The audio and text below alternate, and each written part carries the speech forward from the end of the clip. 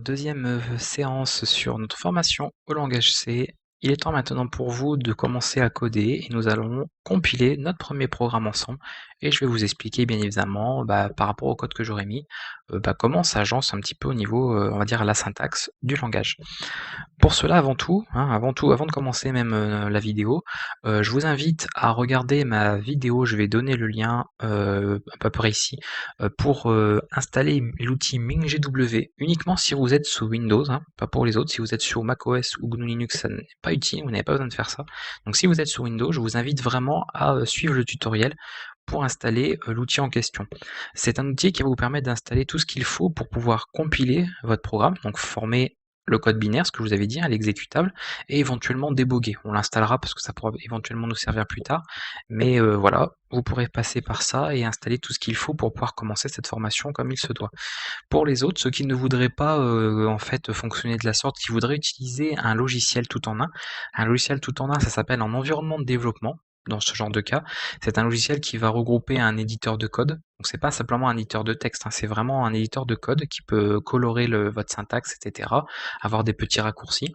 Le compilateur et le débogueur, donc en général on intègre ces trois choses-là. Vous pouvez avoir tout ça sous forme de logiciel, un logiciel tout en un, donc un environnement de développement. Et je vous propose dans la description de la vidéo en fait un lien, donc quelques liens pour vers des PDF que j'ai écrits pour vous proposer de vous expliquer comment installer ces quelques logiciels que je vous propose. Donc ça c'est une possibilité aussi, donc deux choix. Soit vous préférez passer par un environnement de développement tout en un logiciel, voilà, vous avez tout avec. Soit vous pouvez faire comme moi je fais et comme moi je vais faire dans tout l'ensemble des vidéos que vous allez voir, c'est-à-dire de faire de la compilation en ligne de commande. Pourquoi je choisis ça et pourquoi je le recommande d'ailleurs? Tout simplement pour ne pas être dépendant d'un logiciel.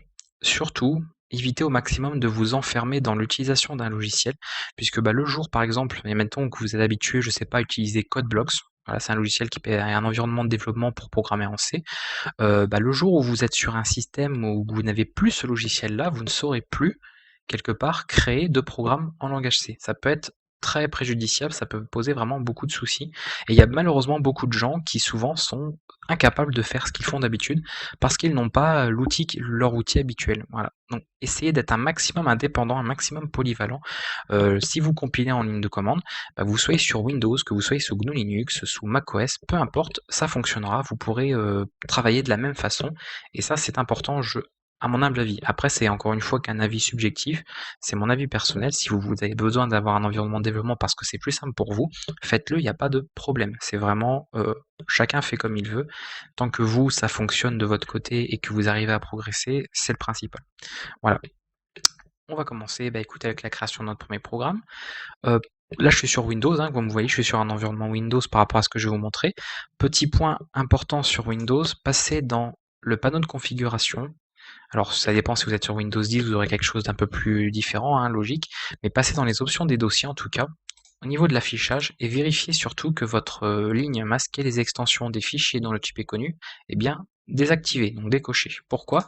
Puisqu'elle va vous permettre d'afficher l'extension de l'ensemble des fichiers de votre système. Si c'est des images, des vidéos, vous verrez l'extension, donc le format en fait, de ces différents fichiers.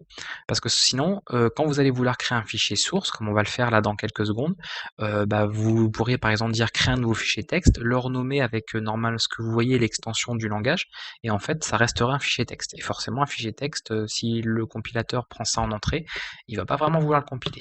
Donc c'est important de faire ça, comme ça il n'y aura pas de souci. Donc on va commencer, on va aller dans un répertoire, j'ai fait un petit dossier, vous voyez, sur le bureau, je me suis pas embêté, comme ça le chemin sera facile à récupérer pour la compilation.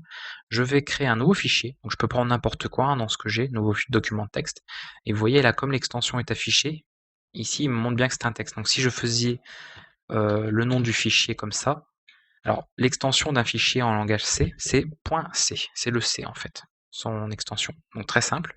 Et là vous voyez, si j'avais l'extension qui était masquée, le TXT là il serait caché, du coup j'aurais l'impression que mon fichier est bien nommé, mais non, puisque là il afficherait le .c alors que logiquement il n'est pas censé l'afficher. Donc afficher les extensions des fichiers, comme ça là on voit que le problème c'est que c'est toujours un fichier texte et il faut que j'enlève tout ça pour ne garder effectivement que le nom, point, une extension, ici, le C pour le langage C. Là, on a un fichier, un fichier source qui va pouvoir être compilé par la suite avec notre outil de compilation. On va l'ouvrir, voilà, et on va pouvoir comme ça taper du code et moi je vais pouvoir vous l'expliquer par la suite. Je passerai donc automatiquement par mon invité de commande, donc c'est l'invité de commande de Windows, hein, c'est un terminal sur Linux, pareil sur Mac, peu importe. Vous l'ouvrez comme vous savez le faire, hein, dans démarrer en tapant CMD sur Windows, les autres c'est dans les menus, vous avez le terminal. Bref, vous connaissez hein, votre système à ce niveau-là, je vais pas vous l'apprendre.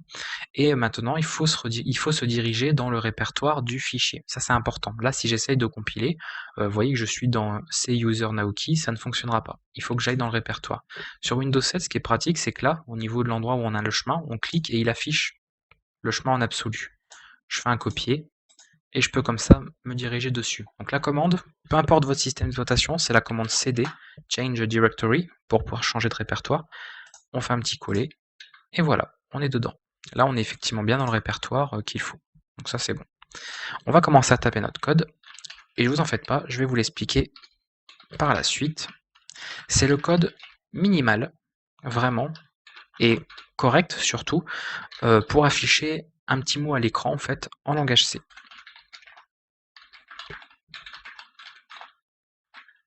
Voilà, on va faire un petit bonjour.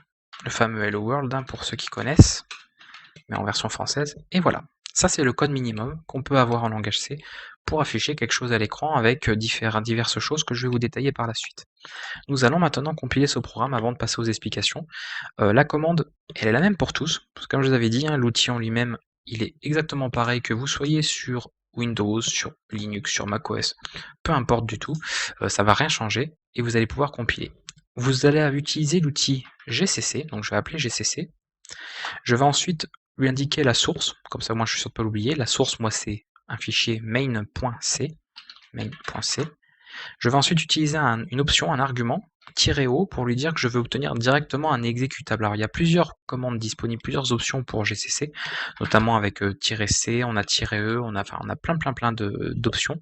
Si ça vous intéresse la compilation plus en détail, que vous voulez en savoir plus, je vous invite à aller voir ma formation hacking, où j'explique en fait de manière beaucoup plus détaillée les différentes étapes de la compilation avec GCC. Là, nous, on va se contenter, et on fera ça tout le temps, un "-o", comme ça on obtient directement notre binaire, notre exécutable en fait, tout simplement. Et là vous mettez le nom de l'exécutable que vous voulez, c'est quand même plus pratique. Moi je vais l'appeler hello. Voilà. Là si je vais dans mon répertoire, il m'a créé un exécutable, vous voyez, hello.exe, puisqu'on est sur Windows, hein, ça n'aurait pas d'extension si c'était sur Linux ou macOS. Mais voilà, nous avons un exécutable. Nous allons pouvoir l'exécuter. On ne va pas double-cliquer dessus, ici, vous verrez pourquoi, sinon il va m'ouvrir un terminal qui va se refermer directement, puisque je n'ai rien mis qui permette par exemple de mettre en pause ce terminal. Là il est déjà ouvert, donc il ne va pas se fermer. Quand en revanche il n'y en a pas, si j'essaye, vous voyez, je double-clique dessus, il affiche effectivement bonjour tout le monde, mais ça se referme ultra rapidement. Vous devez le voir d'ailleurs si je reclique plusieurs fois. Donc c'est forcément pas, voilà, pas comme ça qu'on va procéder pour commencer, puisqu'on va pas s'amuser à mettre en pause le programme pour que vous puissiez le voir. On va l'exécuter tout simplement. Alors sur Linux, sur GNU Linux, sur macOS, vous feriez ./hello et ça va l'exécuter. Sur Windows, on fait hello ou alors on écrit carrément hello.exe, n'importe. Et là, il affiche effectivement le message. Vous venez de compiler votre premier programme avec le langage C et d'afficher d'afficher un petit message. Voilà, c'est aussi simple que ça. C'est rien de plus. Maintenant, bon, parce que le but c'est pas simplement j'ai tapé tout et puis je voulais compiler sous les yeux. C'était pas le but de faire ça et puis de dire ça y est, vous savez faire. C'est maintenant d'expliquer un petit peu tout ça. Vous avez donc le code minimum et je vais vous le détailler rapidement. Cette première ligne, qui est identifiée avec un dièse, un caractère dièse, permet de faire une inclusion. Je pense que c'est clair, même si vous n'êtes pas très fort en anglais, include, je pense qu'il n'y a pas de problème. Et on a stdio et on a une extension .h. Les .h, ça permet d'identifier ce qu'on appelle un fichier d'entête. Il faut savoir que le langage C, il a une bibliothèque standard. C'est un ensemble en fait de fonctions, et je vais en parler après, toutes faites, qui permettent de faire plusieurs choses, qui sont intégrées donc dans cette fameuse bibliothèque, et ces bibliothèques sont triées, elles sont organisées d'une certaine manière dans des fichiers d'entête. Pour savoir par exemple que tel fichier d'entête permet de retrouver les fonctions propres à telle ou telle chose, etc. Là, IO, ça correspond à input-output, c'est-à-dire tout ce qui est lié à l'entrée, aux entrées-sorties. Donc notamment ici, la fonction printf qui va permettre d'afficher quelque chose à l'écran. Printf, c'est une fonction qui est inclue dans la bibliothèque standard et que l'on peut utiliser parce qu'on a inclus ici le fichier d'entête stdio. Voilà. Donc on le met entre chevrons, hein, ces petits chapeaux ici, hein, ça s'appelle des chevrons. On le met directement entre, comme ça on peut l'inclure. Elle est obligatoire. Dans chaque programme en C, le minimum que vous puissiez inclure pour faire quelque chose, c'est ça. C'est le fichier en tête stdio. Ensuite, on arrive ici, vous voyez, un espèce de bloc avec des accolades. D'ailleurs, il y a même une petite tabulation qui a été faite, parce que c'est ça, il y a une certaine lisibilité, une certaine indentation à respecter dans la programmation. Et là, on a ce qu'on appelle une fonction. Une fonction, en C, s'identifie avec justement ces fameuses accolades.